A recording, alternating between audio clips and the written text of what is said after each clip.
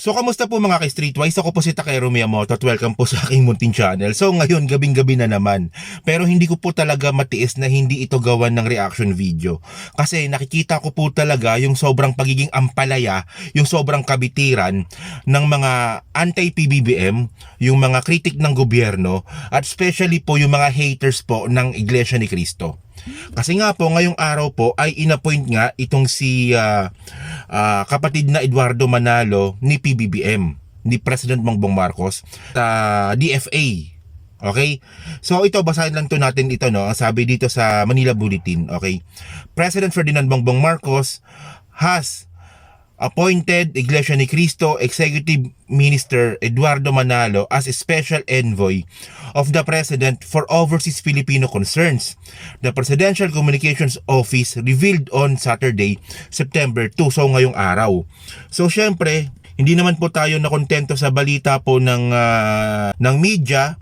So ito, confirm naman po ito talaga na sa mismong Presidential Communications Office po, and papakita ko lang din, na talagang na-appoint po talaga si kapatid na Eduardo Manalo. So bakit ko tinatawag na kapatid na Eduardo Manalo?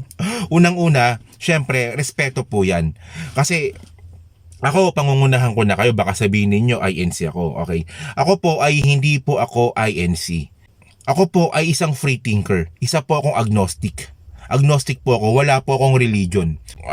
Ito lang, no, bago tayo mag-continue. So kahit nga po ako na isa akong agnostic at isa akong free thinker, marunong po akong rumispeto sa religion po ng ibang tao. So doon po sa mga kapanood po ng video po na to sa aking munting channel, please lang, huwag nyong i-comment dyan na ako po ay miyembro ng Iglesia ni Cristo. Okay? So ito, so pakita na rin to natin dito, galing ito sa PCO, ang sabi dito, okay, new appointees Eduardo B. Manalo. Yan. So ngayon mga ka-Streetwise, ito na yung gusto kong i-pinpoint dito po sa nangyari po na to. So marami po kasi mga bitter, especially nga po sa mga kritik ni PBBM at saka sa mga haters din po ng Iglesia ni Cristo, na sinasabi nga po nila na kaya daw po na-appoint itong si Eduardo Manalo dahil po tumatanaw daw ng utang na loob si PBBM dahil sinuportahan ng INC yung kandidatura nga po ni PBBM nung nakaraang taon. So mga kababayan, siguro sabihin na nga natin, apparently ganun na nga po yun, di ba? Ako sinasabi ko naman sa inyo na nagiging fair po ako. So apparently po, pwede naman po nating sabihin na posibleng ganun nga. Kasi po ganyan po kasi yung sistema po ng politika sa Pilipinas. Personality based po kasi yung politika po sa Pilipinas. So mga kababayan, so ang punto dito, wala naman po kasing bawal at hindi naman po kasi pinagbabawal ng batas yung ginawa po ni PBBM sa pag-appoint nga ni kapatid na Eduardo Manalo ng INC. And then mga ka-Streetwise, no, ako'y natatawa dahil may mga nakikita po ko mga DDS na galit dahil nga raw bakit daw inappoint si Eduardo Manalo ni PBBM, mga engot ba kayo? So ito nga yan, no, ayan, no, papakita ko sa inyo, 2018, inappoint din po ni dating Pangulong Mau Diggs, dating Pangulong Duterte, si Eduardo Manalo sa parehas po na posisyon sa gobyerno. O ito, basahin po natin ito, no, sa mga hindi lang nakakaalam. Okay, Inquirer.net 5 years ago, 2018. Okay, ang sabi dito, President Rodrigo Duterte has appointed Iglesia ni Cristo INC Executive Minister Eduardo Villanueva Manalo to the Department of Foreign Affairs. His appointment papers dated February 13 and released Wednesday. Manalo was assigned as the Special Envoy of the President for Overseas Filipino Concerns.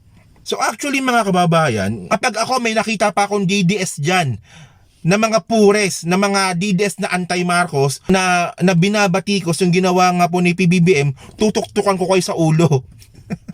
Napaka double standard din yung mga buhakan ng ina nyo. So ito mga kababayan, ang punto po kasi dito mga kababayan, bakit parang gulat na gulat kayo? Hindi naman bago ito. Nangyari na po ito noong 2018. At syempre, same position lang din po ito sa gobyerno, sa DFA. So itong special envoy, so ano ba yung niya? Basahin ko lang ulit, no. So itong special envoy of the President for Overseas Filipino Concerns, mga kababayan, ito po ay under po ng DFA. Na syempre kilala naman po natin kung sino po yung secretary po ng DFA na si Enrique Manalo. Secretary Enrique Manalo, na ang pagkakaalam ko po talaga is hindi naman sila magkamag-anak ni Eduardo Manalo. Okay?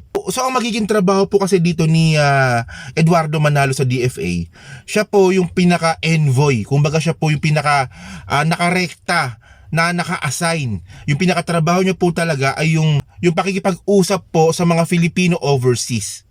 Kasi sa DFA po marami po kasi mga trabaho yan. At dahil nga po sa sobrang daming trabaho po ng DFA, hinahati po yung trabaho po na yan at dito po naka-assign nga at dito po na-appoint itong si kapatid na Eduardo Manalo sa Overseas Filipino Concerns. So ganun lang ka-basic yon. So mga kababayan kasi, ang tanong ba kasi dito? Anong meron si kapatid na Eduardo Manalo kung bakit siya yung pinili ni PBBM? Kasi unang-unang mga kababayan kasi, bilang isang presidente, ang una mo kaagad na titingnan dyan para i-appoint mo ang isang tao, syempre, yung loyalty. Hindi ka pwedeng magkaroon ng isang appointee na hindi naman pala loyal sa'yo. Alam naman po natin mga kababayan na itong si Eduardo Manalo ay hanggang ngayon po ay sumusuporta pa rin po sa ating Presidente Bongbong Marcos. Hindi po siya katulad ng SMNI. Yung SMNI po kasi ganun, 'di ba? Okay lang sana kung balance eh. Yun nga lang kasi mga kababayan, yung SMNI po ay pro-China. May mga pagkakataon din po kasi mga kababayan na ang SMNI po kasi ay mas pabor po sa dating Pangulong Duterte na palpak. Pero iba po yung stand po ni Eduardo Manalo. Kasi po kitang-kita naman po natin ito dun po sa kanyang TV station na Net 25. So ayun po ang isa sa pinaka-reason kung bakit po nag-a-appoint yung presidente. Kailangan mag-guarantee na presidente na yung i-appoint niya ay loyal sa kanya. Kasi nga mga kababayan, hindi naman kasi pwedeng mag-appoint ka ng susuwagin ka rin naman. O di ba apparently parang nangyari kay Chavit Singson at saka kay Erap dati, di ba? And then mga kababayan kasi, medyo nahalungkat ko nga po yung ginagawa nga po ni Eduardo Manalo. Actually, meron po siyang foundation na ito nga po yung Felix Manalo Foundation. So itong Felix Manalo Foundation po na to, sila po ay tumutulong po hindi lang po sa kapwa natin Pilipino sa buong mundo, pati rin po sa mga ibang lahi. At bukod nga po dyan mga kababayan, no, itong Felix Manalo Foundation nga rin po na to ay na-recognize na nga po ito ng buong mundo na talagang binibigyan talaga sila ng award. So sasabihin na naman dito, anong kanalaman ng foundation? Kasi yung foundation po kasi mga kababayan, non-profit organization po yan. Hindi po yan negosyo. At saka yung mga foundation po na yan mga kababayan, palagi po yung ino-audit ng third party na auditor para maging consistent po na non-profit organization po ang isang foundation. Ganun lang ka-basic yun. Walang kinikita po ang isang foundation dito. Merong mga binibigay na allowance para po sa mga tauhan, pero hindi po ito negosyo.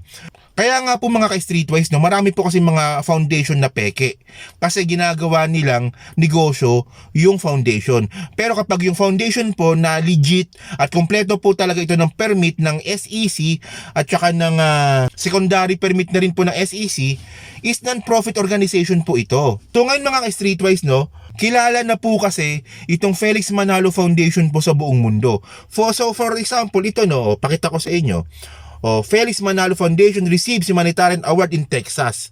And then ito pa, Felix Manalo Foundation recognized as Daly City Philanthropic Organization of the Year. Tapos meron pa dito no, ito from Toronto, Canada. Okay? So meron din po siyang award sa PAFIOO. So and the list go on. Kung i-research lang po natin yung operation po ng foundation ni Eduardo Manalo, is connected po ito dito sa appointment na binigay nga po ni PBBM. So wag kayong bitter masyado. Siguro, 'di ba? Siguro yung ibang religion na iinggit sa Iglesia ni Cristo, so ang gawin niyo, gumawa rin kayo ng sarili ninyong foundation and then hintayin niyo yung appointment niyo ng presidente. Kaya nga po kasi mga ka-streetwise, no, kaya nga po ako, mas gusto ko po na wala po akong religion. Kasi ako po, naniniwala po talaga ako na ang religion po kasi, ang isa po sa pinaka-reason kung bakit po nakakaroon po ng division ng mga tao sa buong mundo. So kaysa problemahin ko pa na ipaglaban yung religion na pinaniniwalaan ko, for example lang, no, nasabihin ko ang religion ko ang tama, pero 'di ba? Ganun din naman sasabihin ng ibang tao. So mas maganda wala na lang akong religion. Medyo mahabang proseso po yung nangyari sa akin dyan bago po ako naging free thinker. Sa dinami-dami po ng religion sa buong mundo, hindi ko na alam kung ano yung tama. So, mas maganda na lang siguro na, na maging mabuting tao na lang po ako sa kapwa ko tao. At kung totoo naman po talaga na may langit, malamang hindi naman ako huhusgahan base kung may religion ba ako o wala. So yun lang po, no. So ito medyo unpopular na opinion ko. Pero ang pinaka-point po natin dito mga kababayan, 'di ba? Nirerespeto ko po talaga yung desisyon po ni PBBM na i-appoint po si kapatid na Eduardo Manalo. So wag kayong bitter. Ayun lang po yun.